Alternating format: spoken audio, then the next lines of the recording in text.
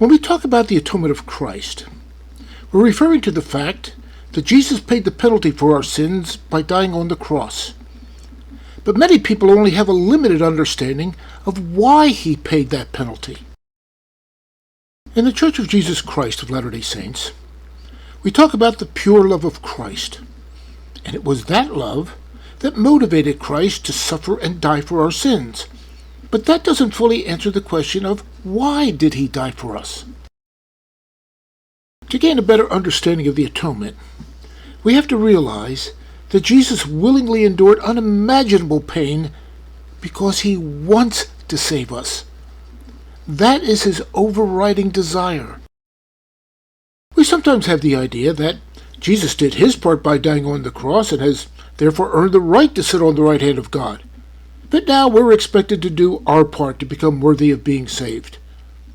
However, such a view of the atonement couldn't be farther from the truth. Jesus didn't go through all of that inexpressible suffering just because his Father in heaven asked him to. As crucial and absolutely essential as it was for him to die for our sins, that's only one part of what Christ is doing to bring about our salvation. His desire to save each and every one of his Father's children continues even after his death. That means all of his time and all of his energies are devoted to doing everything he can to save as many of his brothers and sisters as possible. The stated purpose of the Church is to help us to measure up to the full stature of Christ. And this is what Christ's whole mission is about. This is his full-time activity, and he's fully committed to it. If Jesus paid the penalty for every sin that every person has ever committed, then that clearly means he wants to save everyone.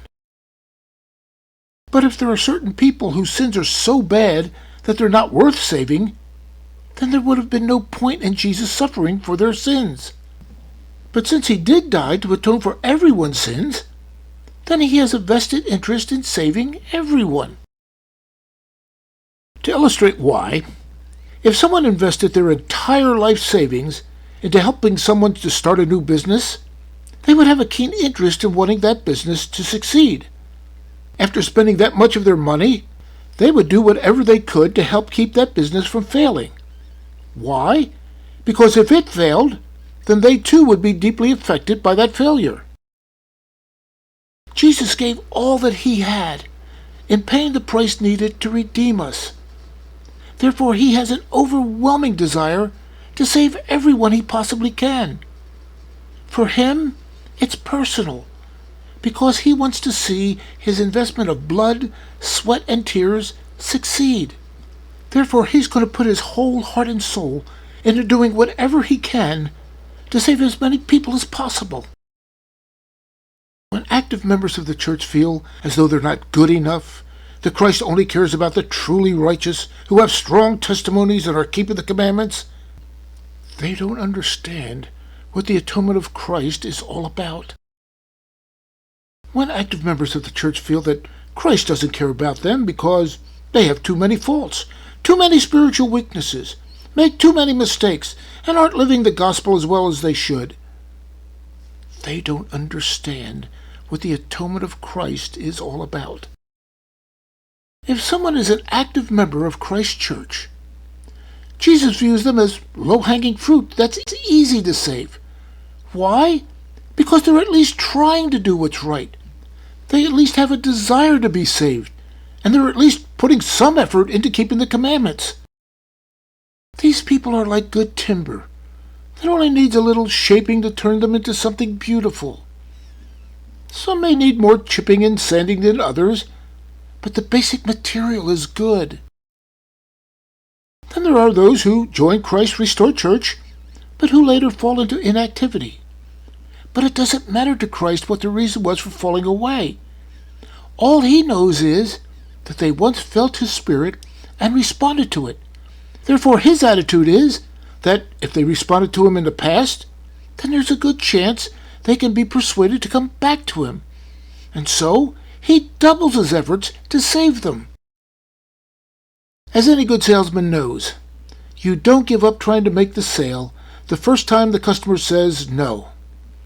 If Jesus is determined to save as many souls as possible, he doesn't give up on people simply because they're not living up to his expectations. No matter how many times we fail him, he keeps trying over and over again to help us to get on and stay on the covenant path. Christ's work of salvation didn't end when he died on the cross. As important and as crucial as that is to our salvation, Christ is still working hard, striving to do all he possibly can to save every single one of God's children. And when we fail to do what is necessary for our own salvation, Christ works that much harder to help save us.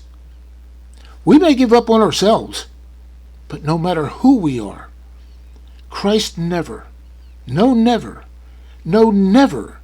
gives up on us.